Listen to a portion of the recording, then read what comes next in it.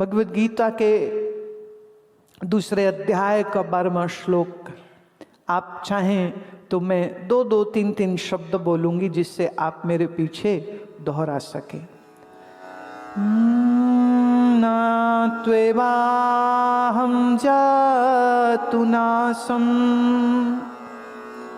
न त्वेवाहं जातु नासं, न त्वं नेमे जनाधिपः, न त्वं नेमे जनाधिपः, न चैव न भविष्यामः, न चैव न भविष्यामः, सर्वे व्यमतः परम्, सर्वे व्यमतः परम्। श्री भगवान कहते हैं कि कभी ऐसा कोई काल नहीं था जब मैं नहीं था। कौन बोल रहे हैं? श्री कृष्ण बोल रहे हैं। किसको बोल रहे हैं? किसको बोल रहे हैं? ना, गलत हो गए तुम यहां पे। आप गलत इसलिए हो गए क्योंकि अगर हम गीता ऐसे ही पढ़ेंगे कि श्री कृष्ण ने अर्जुन को कहा, तो भैया तुमको कुछ नहीं कहा। Who are you? तुम बीच में कहीं नहीं हो, तुम्हारा कोई नंबर है या नहीं है। तो इस समय पर हम इसको ऐसे समझते हैं कि श्री कृष्ण गुरु माँ के जरिए बोले और आपके सामने वर्तमान में जितने स्त्री और पुरुष नामी, तो आप अपना अपना नाम ले लीजिए। कृष्ण मुझको कह रहे, जो जो तुम्हारा नाम। जैसे पंडित जी जब पूजा कराते हैं ना, तब वो बोलते हैं कि अपना गोत्र अपने मन में बोल लो, है ना। तो ऐसे अर्जुन नहीं, श्री कृष्ण तुमको कह रहे हैं। सीधा सीधा रिश्ता जोड़िए ना, दूर का मत बनाओ। बीच में अर्जुन को हटाओ, तुम आ जाओ अर्जुन की जगह पर। मैंने कहा था ना आपकी एलिवेशन होने वाली, आज आपकी सबकी हमने प्रमोशन करा दी। श्री कृष्ण अर्जुन को नहीं, श्री कृष्ण आपको कह रहे हैं कि ऐसा कभी कोई काल नहीं था जब मैं नहीं था, ना ऐसा कोई काल नहीं था जब तुम नहीं थे।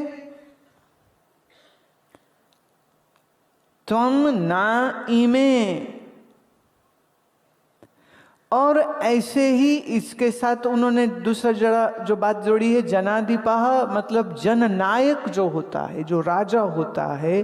तो उस समय पर राजा जो थे वो पांडव और कौरव हो गए, और इस समय पर हम अगर कहें तो सब नेता हो गए। ये आज के राजा ही तो है ना ये। तो भगवान श्री कह रहे हैं कि ऐसा कभी कोई समय नहीं था जब तुम नहीं थे, या मैं नहीं था, या जब ये राजा लोग नहीं थे।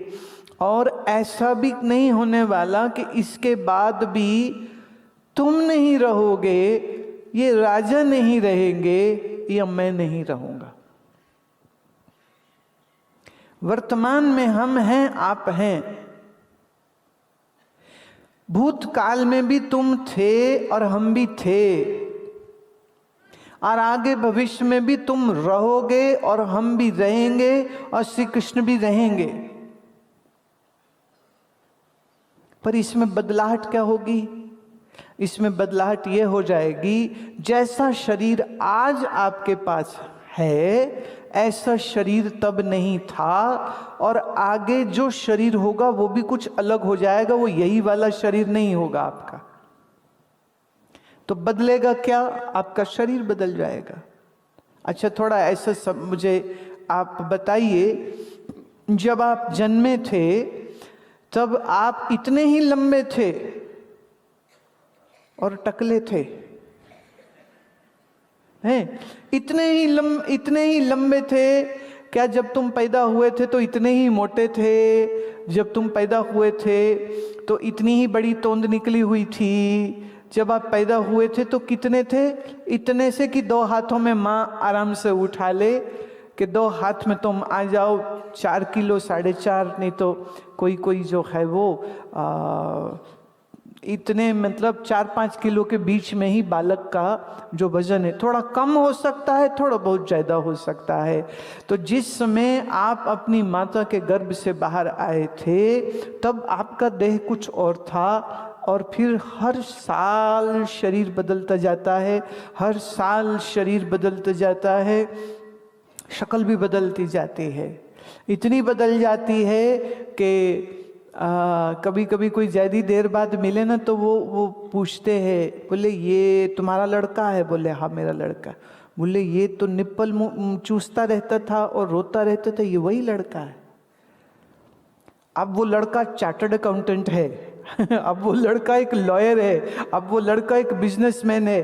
पर जब उसको कोई कहे ना कि ये तू वही है जो मुंह में निप्पल डाल के और घूमता रहता था, मम्मी मम्मी करता रहता था, तो उसको भी थोड़ी खींच आती है। भाई हर बच्चा जब पैदा होता है छोटा ही होता है, समय पा करके वो बड़ा हो जाता है। तो अभी ये बचपन और निप्पल और निक्कर की बात क्यों कर रहे हो तुम? तो बुरी लगती है सुनने, पर सच तो यही है ना।